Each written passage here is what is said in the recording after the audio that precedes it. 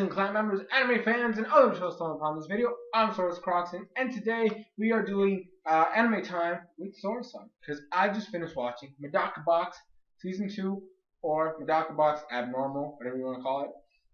And before we get started with that, I want to thank my buddy the Insane Game Freak for letting me know about this series and for telling me to push through Season 1 and heading into Season 2, because it was just amazing. The action was off the charts. The story was actually pretty legit. I do feel like we left off in kind of a cliffhanger, so I want my season 3. I want my season 3. And I actually want to know, like, I don't know, and I can't specifically tell you guys if the last episode of the season is considered canon, because the way they introduced the episode is like it's not like it doesn't involve the main cast. They say it's a bonus episode, and it involves a character that did show up in the episode prior to this, like at the end of the episode. So I don't know if it's considered canon or not. Like I said, it might be. I'm not sure, but I'm not even gonna talk about that. I'm just gonna address everything prior to that last episode.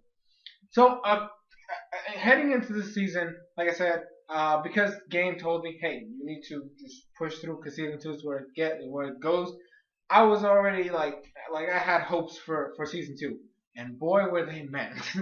It was ridiculous. Now they did show what happened in the previous season, where like the whole school was destroyed. Well, most of the school was destroyed. They were like constructing everything back to normal because of the fight that happened at the end of the last season.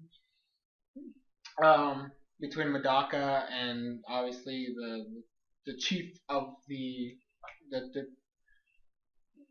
oh gosh, I forget what the club. What's not really the club? The people who restore order and maintain order in the school. Gosh, that guy.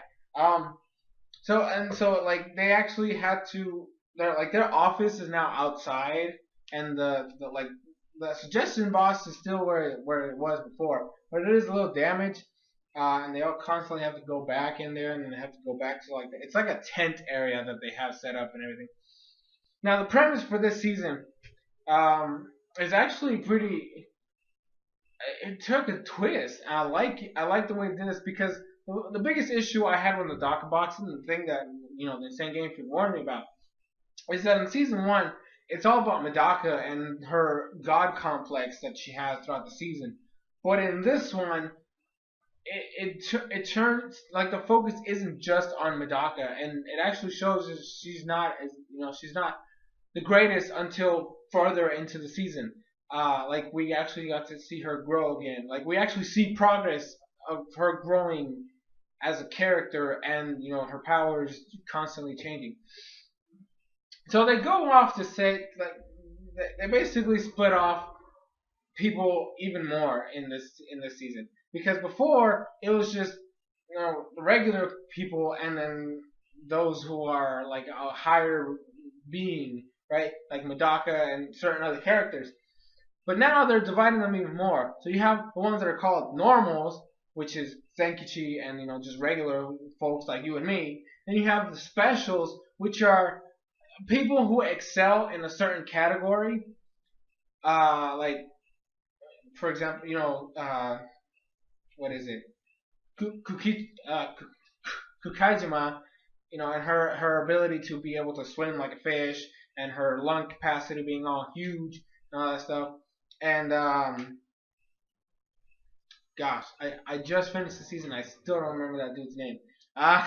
The other guy from the student council, his basically judo stuff. Like he's his hold basically, and the fact that he's like a destroyer of things, or anything he fights or touches is wrecked. That situations, stuff like that.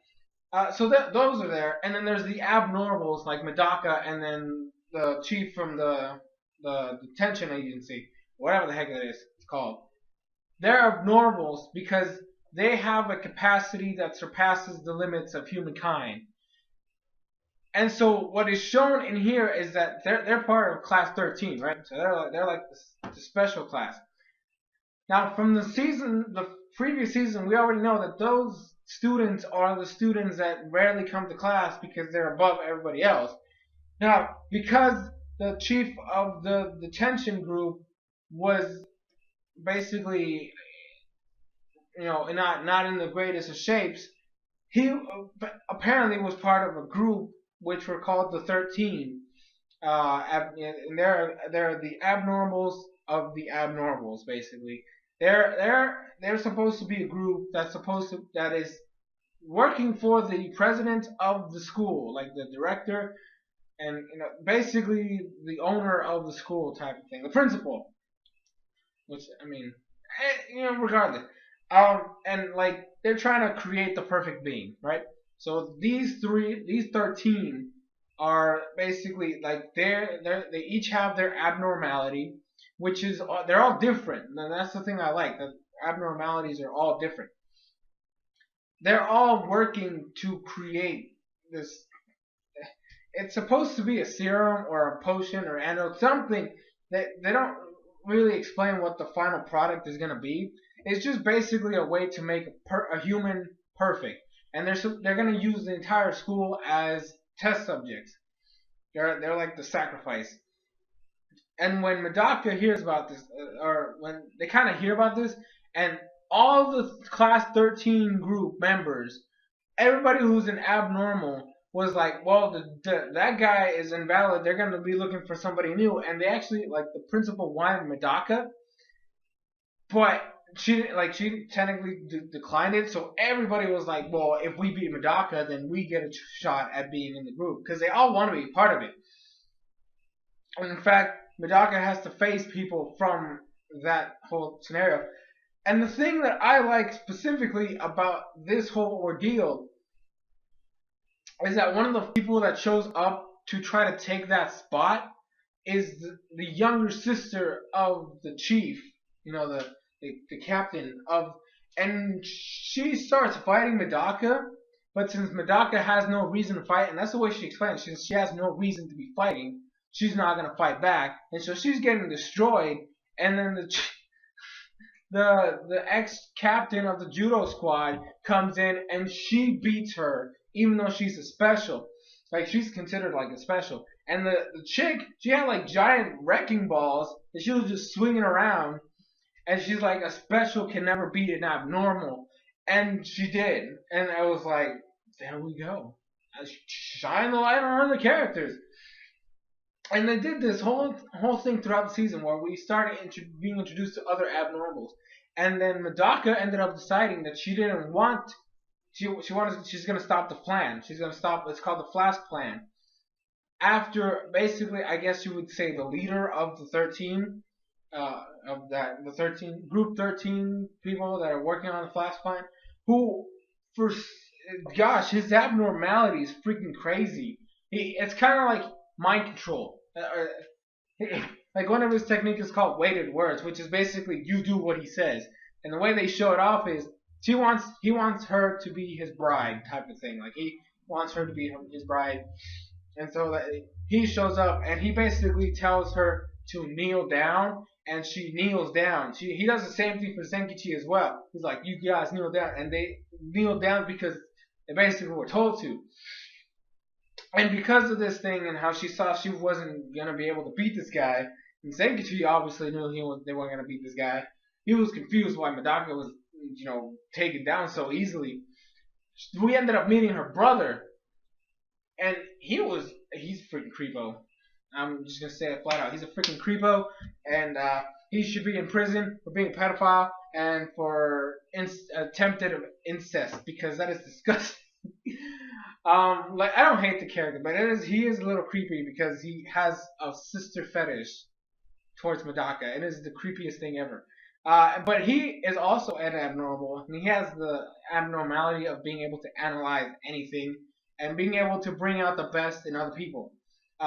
Essentially, he powers you up to a certain degree.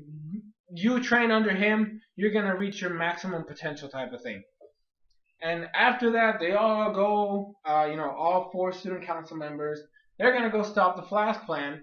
And so they go to basically the area where they're at, and it's actually like a basement you have to go to. It's a whole mess type of thing. They get in, and then they start fighting members of the 13, and they all get a chance to shine. Medaka fights one of the first member that shows up, who is who his abnormality is just be reaction time is just off the charts. His muscles just react. He doesn't even have to think. His body just moves. So basically, when Medaka was trying to hit him, he just moved. She couldn't hit him because his muscles didn't need the reaction time from his brain to get to his muscles to move them. They just moved by themselves.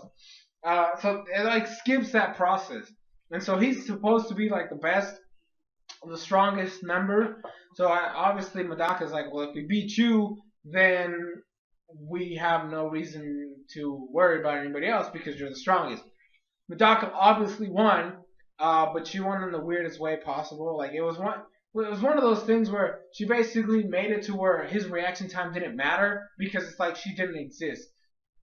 Basically, she was just too fast for his body. His eyes couldn't see her, so his mind couldn't process anything. And his muscles, since they can't react to something that's not happening, well, she won. And then they ended up having an actual brawl and blah blah blah, blah stuff. Anyway, Zenkichi ended up fighting this guy, and he won as well. It was like a guy that can concealed weapons, and they all had a chance to shine, and I like that about it so much. Kazuma got a fight in, and hers was freaking ridiculous too because her opponent just had the abnormality to feel everything the opponent feels, like be able to read minds.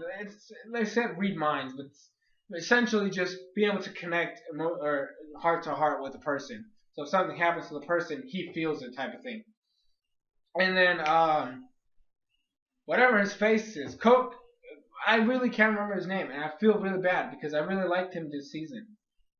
He comes in and then he fights this chick who's basically an android.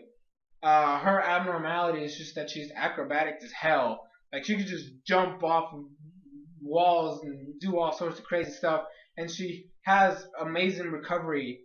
But you know, obviously, there's a limit. They all have a weakness, clearly, but you know, their goal is to try to expose the weakness for them to actually win the fight. We also get to meet Medaka's sister, who her abnormality is that she's just too smart. She learns too much, right? So she like doesn't care about anything, right? So it's all about studying and not feeling good enough, which is weird.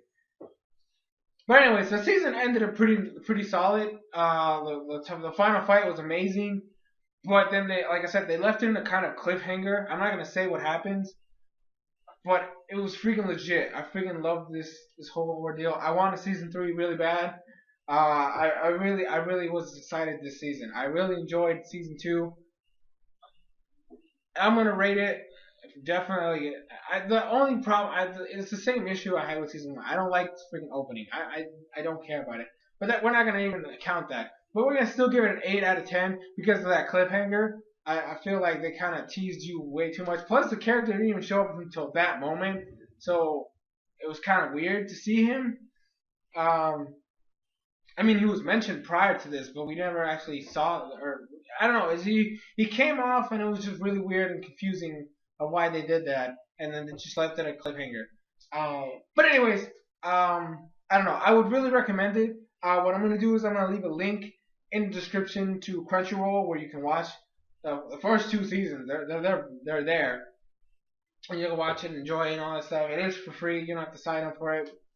But if you haven't watched Medaka Box and specifically season 2, leave your thoughts and comments in the comment section below. Letting me know what you thought of it. I personally liked it, like I said.